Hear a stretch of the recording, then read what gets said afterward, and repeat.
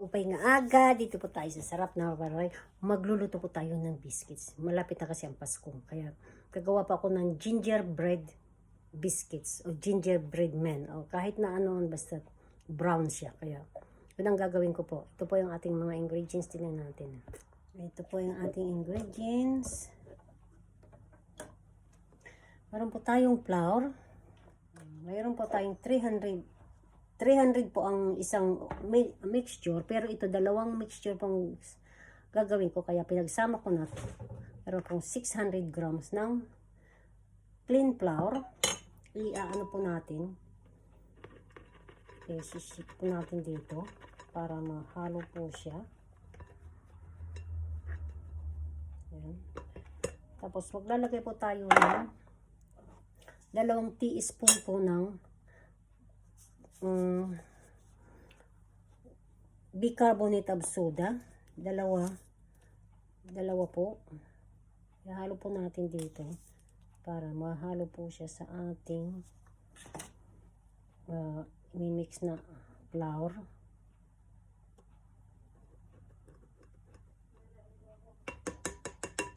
Ayan, para mahalo po siya natin.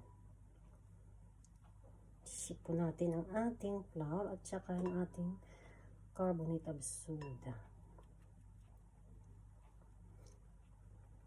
Para hindi po siya magbuo-buo. Ganun. Para mapantay po siya.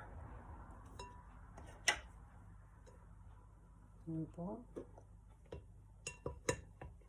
Yan po, nagawa na po natin. Lagay po natin ang ating butter. Ito po yung ating 200 grams po ito. Lagyan po natin ating butter. Para po i-massage po natin. Soft naman siya. Pwede nating hawakan. Ganun. Naghugas na ako ng kamay ko, kaya pwede nating mix ng ganyan. Mix natin muna.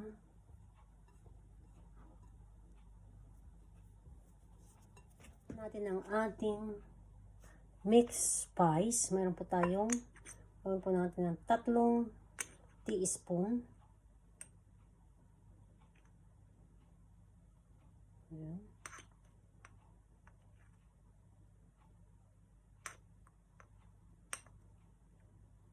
Ayan po. Kaya rarab po natin uli.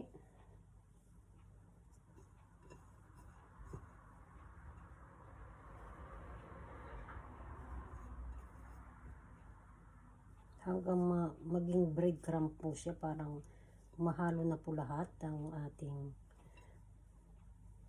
ingredients. Tingnan natin ang ating ginger, yung ground ginger natin dito sa ating, para mahalo na natin bago natin i-rub together. Mayroon po tayo 2 ritong itlog. Ito. Meron po tayong 2 egg. Lagay po natin dito sa ating golden syrup. Meron po tayong 4 tablespoon ng golden syrup. Lagyan po natin ang ating egg at saka ang ating golden syrup. Malamig na po siya kasi inano po siya. Liquidize na yung ating golden syrup. Babatiin po natin.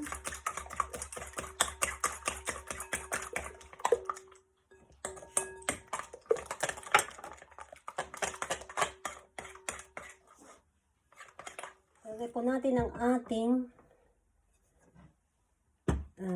egg at saka ang golden syrup natin dito sa ating mixture. Lalagay po natin sa gitna.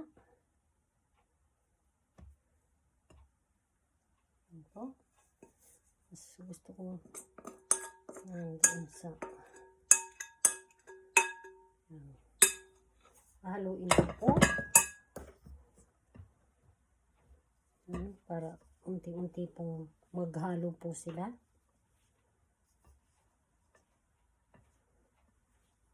natin ang ating sugar. 300 grams po ito kasi brown sugar po, yung soft. Kasi dalawang mixture po ito. Yung pinaghalo ko. Para mas marami kasi pag isang mixture lang, maliit lang. Kaya gawin lang akong dalawang mixture. Depende po sa inyo. Kung isa lang, pwede naman. Kaya hinalo ko ng pareho para isang gawaan na lang ang aking ginagawa. Kasi minsan lang naman ako gumawa ng ganito. Yan. Kaya ano natin, pwede ko nang gawin yung ating dough para mahalo po siya ng maayos.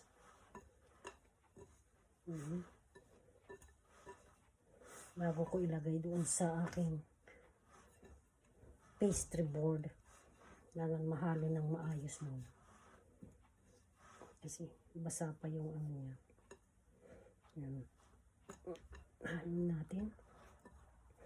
Para mag-corporate po siya. Nag-corporate na po siya. Basa na siya. Yung ano na. Pwede na po natin ilagay dito sa ating pastry board. Alisin ko lang itong aking mga nagamit. Lagay ko dito sa ating pastry. Lalagay po natin dito sa ating pastry board para mahalo po natin ng maayos.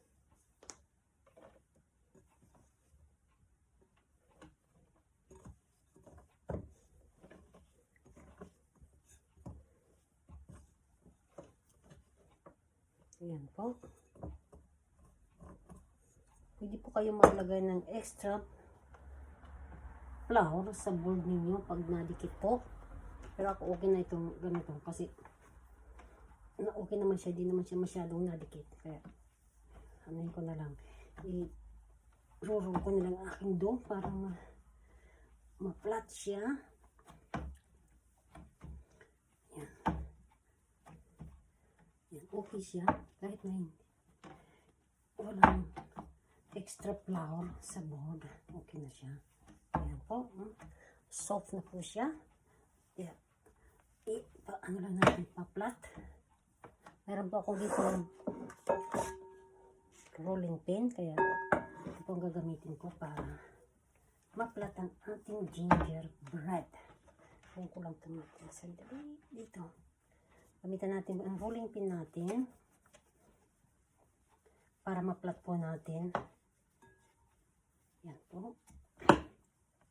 Hanggang sa ma-flat po natin. Depende po sa thickness ang gusto nyo. Kung gusto nyo medyo makapal. Pero mas maganda po yung ano lang, yung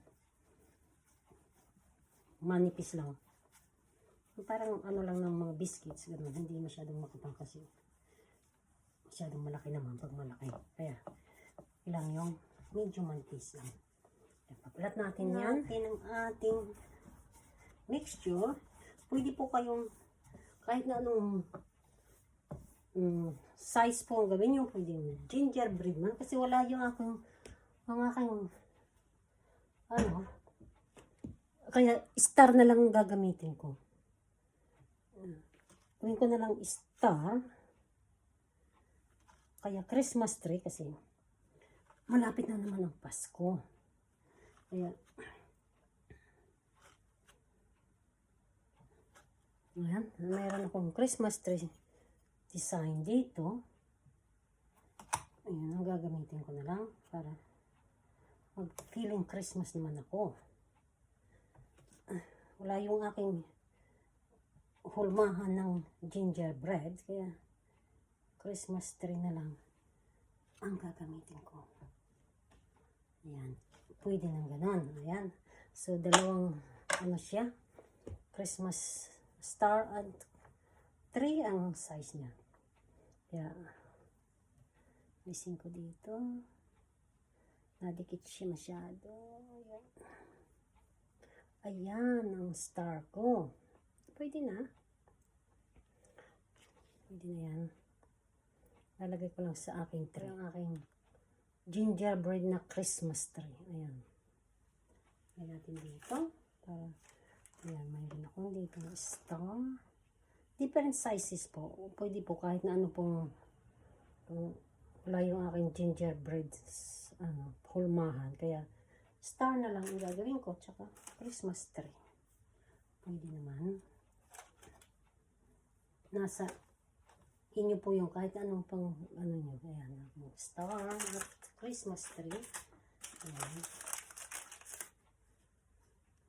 May preheated oven po tayo. Palagay po natin ito sa oven ng 10 to 15 minutes po. Ayan, dalawa. Para ito. Kaya itong ano po natin, doon natin uli. Gamitin po natin ng rolling pin uli para magawa pa natin uli ng mga star at Christmas tree. Ito, ito po yung ating pangalawang kasi marami yung ating mixture. Yan, Christmas tree siya. Depende sa shape mo gusto nyo, pwede namang.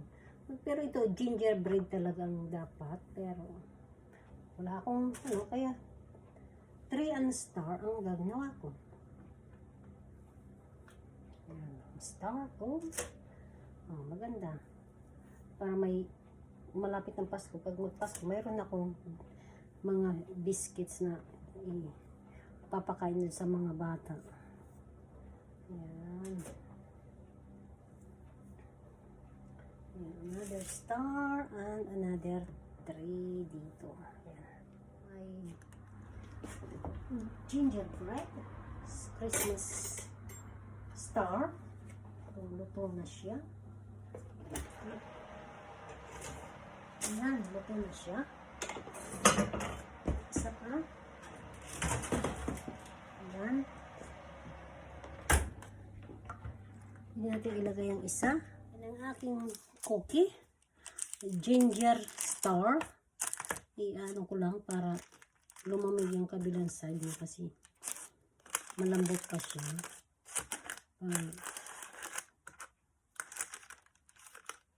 Para hindi nabasag.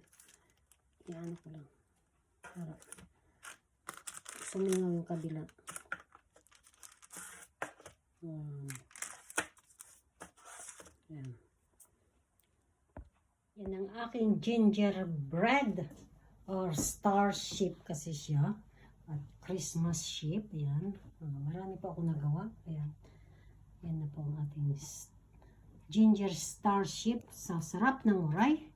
Don't forget to subscribe my YouTube channel and follow us on Facebook. Maraming po salamat. Thank you po. Merry Christmas po.